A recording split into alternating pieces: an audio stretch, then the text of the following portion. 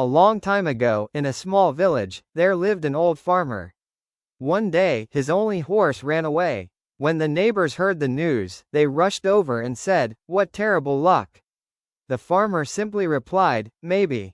A few days later, the horse returned, bringing with it 3 wild horses from the mountains.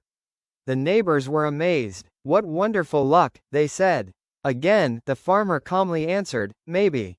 The next day, the farmer's son tried to ride one of the wild horses. He was thrown off and broke his leg.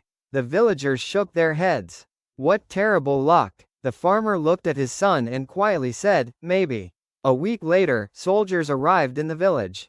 A war had begun, and every young man was forced to join the army. But because the farmer's son had a broken leg, he was left behind. The neighbors cried, "What incredible luck!"